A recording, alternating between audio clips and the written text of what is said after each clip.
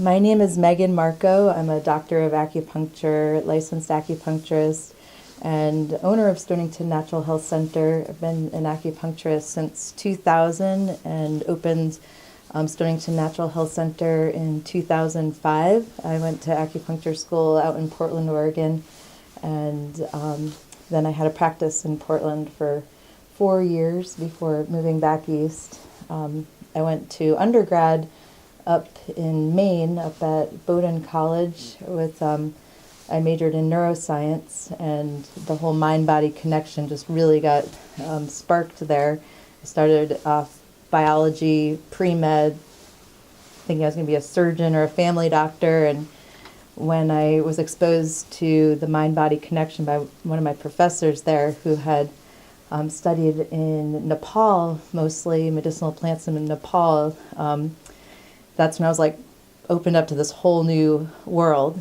So we are now doing these talks once a month, the last Tuesday of every month, and it's just exciting to be able to make a series where I can share information with everyone. So the first thing I'd like to do is just have us all come present to this room. I know like we've all have busy lives and we've been doing things all day, and so just a little centering exercise for everyone is to just, put your feet on the floor, feel the ground beneath you, and just take a nice deep breath and pull in any pieces of other things going on in your world so that you have all of you here right now so that you can really soak in this information and enjoy this talk and just let go of any stresses or worries. So the first part that I'd like to talk about is peace, because,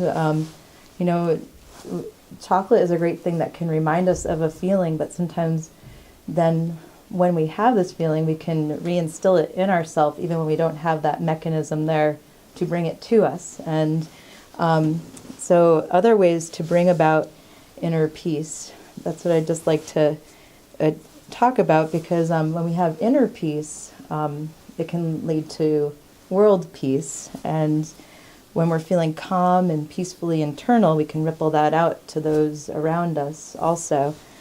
So,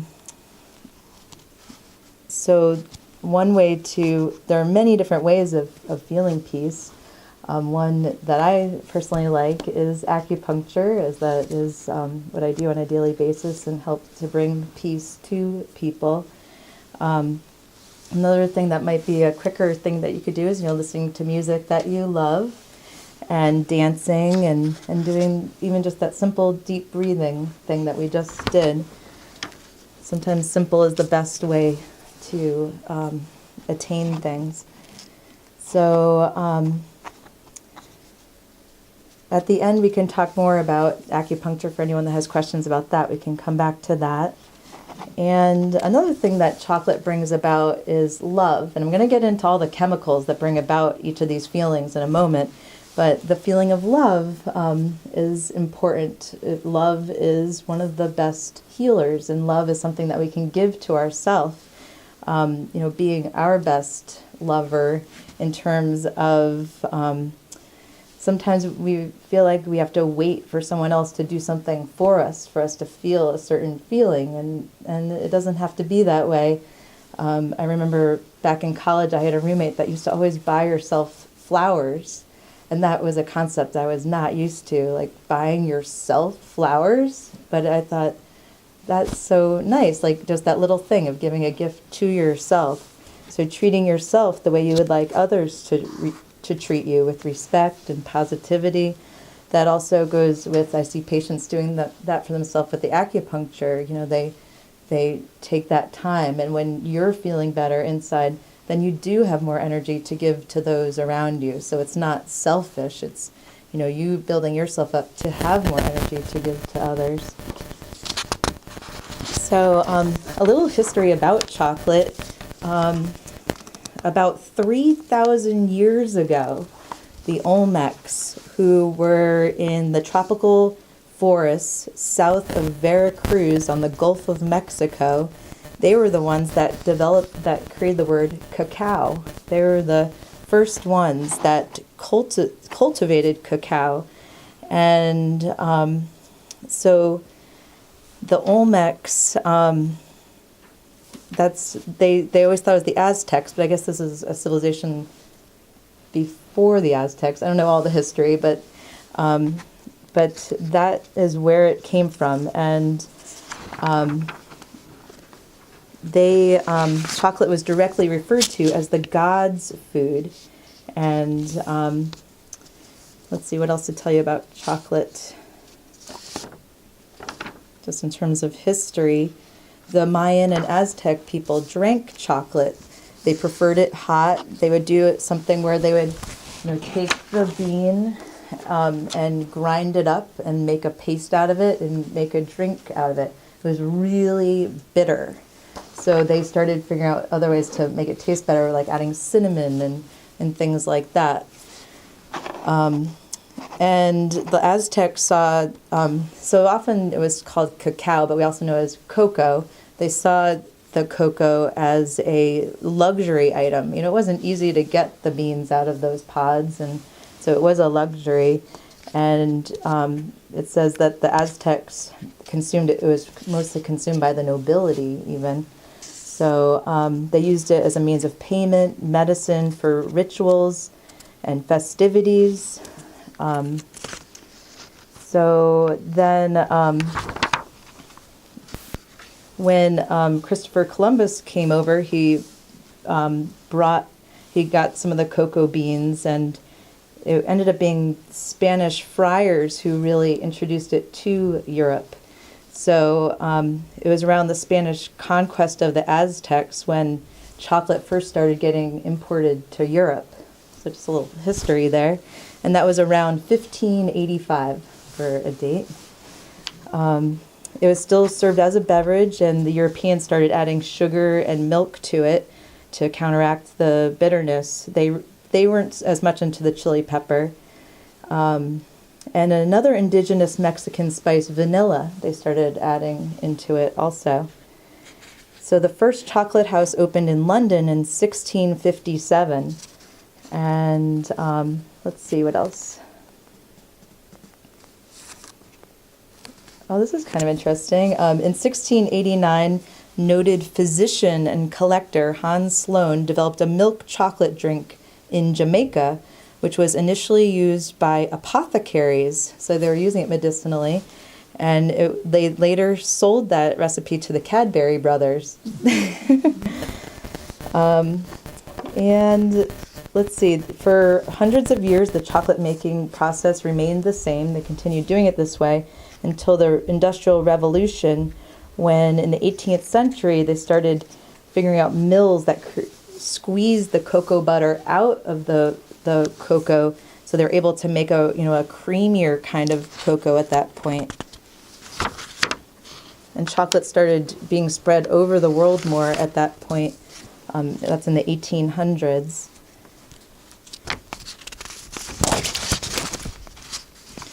Well, first, in wrapping it into Chinese medicine, I'll just talk about the flavor. That bitter flavor, this is the 5 elements. And the 5 elements is the natural cycle of nature. When the water, when plants get water, it nourishes the plants. And when plants catch on fire, it makes more earth. When the earth gets compressed, you get crystals and minerals and metal out of it. And you can use the metals to contain the water, making buckets or pipes. So in Chinese medicine, each of these relates to 2 different organs, and it relates to many different things that we use in Chinese medicine to balance the body. And we look at nature in order to balance our internal environment. It's a kind of like one big metaphor. And the heart is the fire element. When we have our passion, it comes from our heart. We really feel it in our heart. And with the fire element, the flavor that clears the heart, if we might be having like lots of kind of confusing thoughts, or I can't decide what to do, I'm not connecting with my passion inside, it's the bitter flavor that can help to reconnect us. Bitter we get in coffee beans also. The cocoa or cacao beans gives the bitter. From the vegetable family, it's the dark leafy greens, the kale, collard greens, and chard. So in our culture in the United States, coffee and chocolate are really what a lot of the fire element is from. I educate people a lot of incorporating in the greens too, because of they're so important. So that's a kind of an interesting with the flavor, that it connects you with your passion. That's love also right there, just from the flavor of it. I want to get into the chemicals in chocolate. There are actually over 300 chemicals in chocolate. And so the ones that have been isolated are 5 in particular I'm going to talk about. And the first one is that they've found that chocolate increases endorphins, and endorphins are one of the happy neurotransmitters, as well as increases serotonin, which is known as an antidepressant, because there is tryptophan in chocolate, which tryptophan ends up turning into serotonin. But let me backtrack here for a second to a very interesting chemical, which I didn't understand everything about until I was doing this. I dove in a little bit deeper for giving this talk.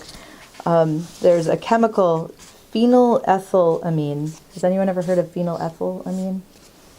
I hadn't either. So phenylethylamine is the chemical in the chocolate that is pleasurable and gives the feeling of being in love.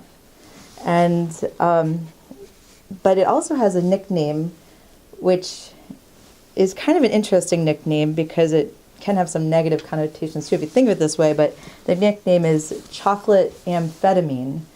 And I think it has to do with the fact that it's an amine. There is something similar with how it hooks into the brain that causes changes in blood sugar and blood sugar levels that give feelings of excitement and alertness, which is also what's felt during love.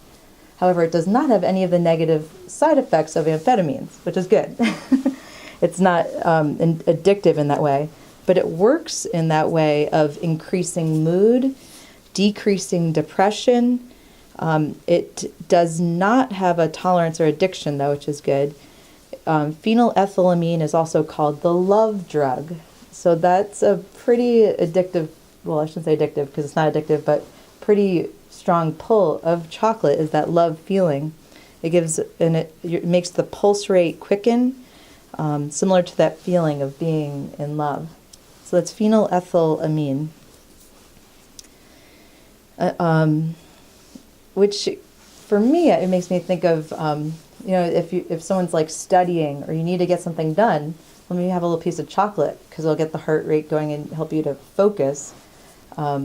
I would love for possibly if that were experimented on before people are put on ADD meds. If it is a similar receptor, how about some dark chocolate first? Let's see if that works. Then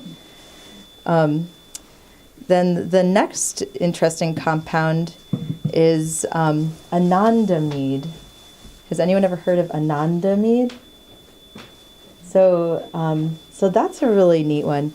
Ananda, some of you may have heard of in terms of like yoga. Ananda. What does ananda mean? Literally, I don't know. Ananda is Sanskrit for bliss.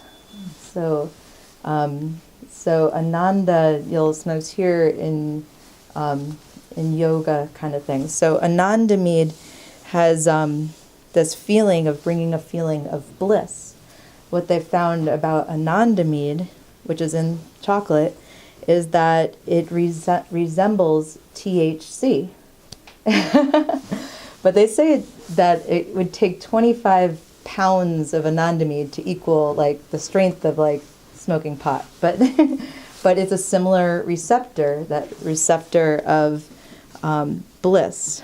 And what anandamide does is it causes the production of dopamine, a neurotransmitter which leads to feelings of well-being, which is often associated with smoking marijuana too.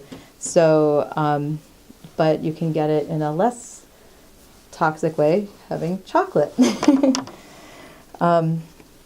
There are also, it's really interesting, in chocolate they found at least 2 other chemicals that come along with the anandamide that slow down the breakdown of the anandamide. I guess anandamide breaks down pretty quickly in the brain, but these 2 other chemicals come along in the cocoa that make it not break down as quickly. So it ends up creating extended feelings of well-being. Yay. Another great chemical in chocolate is theobromine. And so theobromine is another word that comes from Sanskrit. Oh, I'm sorry, from the Greeks. Theobromine comes from the Greeks. So ananda was from Sanskrit. Theobromine, theobroma, means food of the gods. And theobromine, what it does is it has properties that lead to mental and physical relaxation. It acts as a stimulant similar to caffeine, and there's even thoughts that there may not even be any caffeine in chocolate. There's the theobromine that gives the stimulating effects. And I'm also thinking the phenylethylamine, since we were talking about that, raising the heart rate a little bit too. So theobromine increases alertness. Theobromine is also the component that many animals find toxic. So in humans it's not, but when you hear of dogs can't have chocolate, that's because of the theobromine in it. And so chocolate has been around since, we're talking about the Olmecs, the Aztecs, the Victorians, and the popes. It's been known as an aphrodisiac because of the euphoria that it creates. And the euphoria of chocolate also helps to decrease stress and pain. And it has mood-enhancing qualities. So the strength of chocolate, it depends on how it's manufactured, how much other fillers they put in. And in talking about the health of chocolate, I tend to like people to start falling in love with the darker chocolates because there's less other fillers put in the chocolate. Another important thing that I always like to talk about with chocolate is ethics of chocolate. So where's my handout on that? This was really eye-opening to me when I first gave this talk 5 years ago. I never really thought about where chocolate comes from. So it comes from South America, Central America, starting to be cultivated in the U.S., but it's also cultivated in Western Africa. And there's a website about that, which is about changing that. Is anyone familiar with what I'm talking about? Okay. So this is the downside of chocolate. The downside of chocolate is that because it is such a hot commodity and because there is such a demand for it in Western Africa, predominantly the Ivory Coast and Ghana, which supplies more than 70% of the world's cocoa, it is child labor. And so the companies that mostly get their cocoa from Western Africa are Hershey's, Mars, and Nestle. So when you hear more about this, you're never going to want to buy a Hershey's bar again because these children are often kidnapped and it's slave labor. If they are paid, it's under the poverty level, but most of them are not. They're as young as 5 years old. 40% are actually girls, which I was surprised about. They start work at 6 in the morning into the evening, and there's just really nothing good about it at all.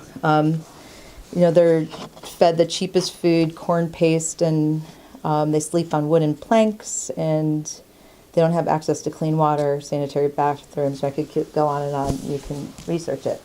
But I find it, once I heard that, I'm like, now I understand fair trade. Okay, like, why did they always have this stamped on things? This group says, if it says it's from Western Africa, just don't get it, because even the companies from Western Africa that are stamping it with fair trade most likely aren't. So that's kind of eye-opening, right?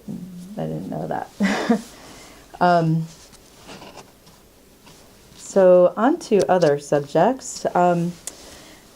We have chocolate in a lot of our different healing products at the center. We have a greens drink that many people start their day off with that has organic chocolate in it because of the healing properties of chocolate. Our herbalist that we get a lot of our products from in New Hampshire makes this line here of cocoa. And it's an organic cocoa, no sugar, actually.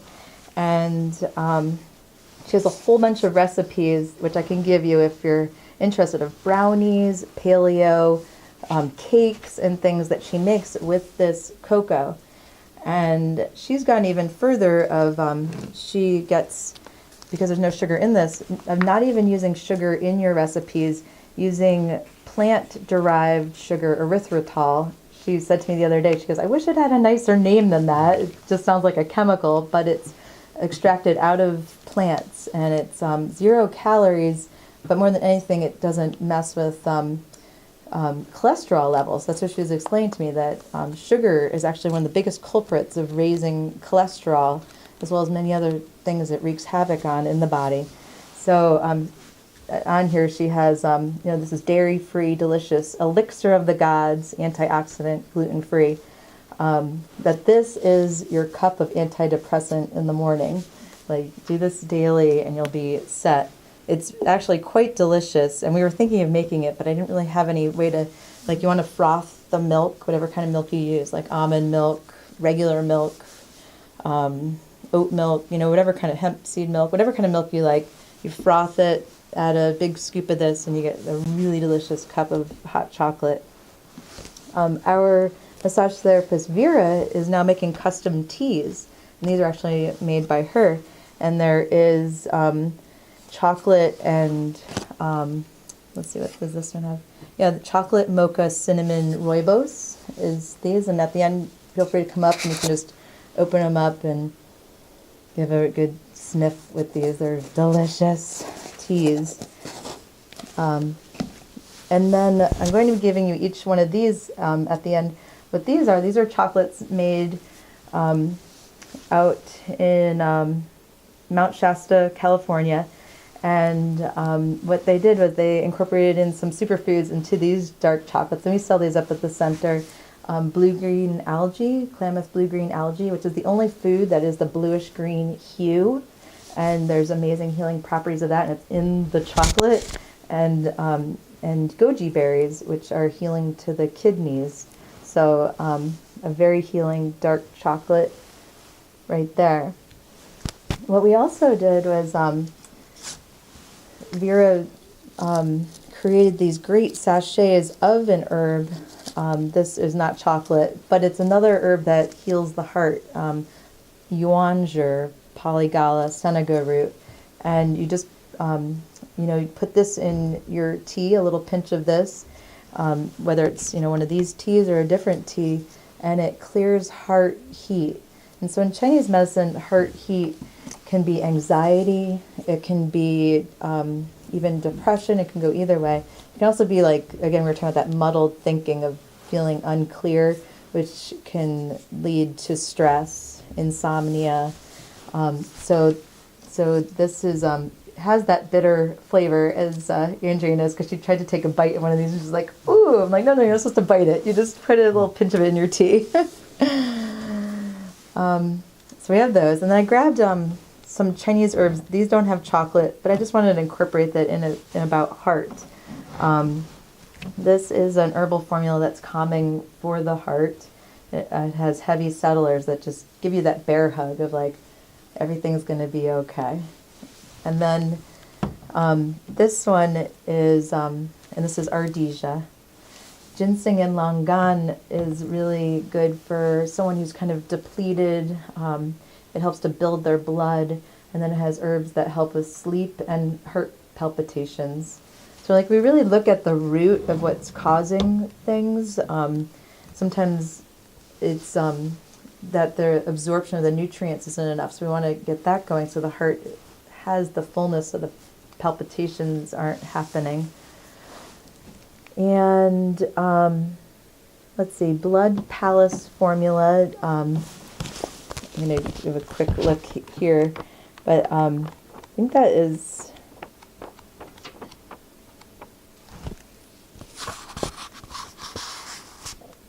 Yeah, that's what I thought. When there's pain in the heart, like the compression of that, like a heaviness, a chest pain, irritability, even it's like a tightness in this whole area that can cause pain, neuralgia, things like that. So these are just a little sampling of the shelves and shelves of herbs that we have upstairs that are for fitting you like a puzzle piece. When you come in for an herbal consultation, you'll find the herbal formula that works best for you. And the last one I'll just show you is berberine, which is an herb that helps to lower cholesterol. So, we talked about, cutting back on sugar when you can, but berberine actually helps to lower cholesterol in the body.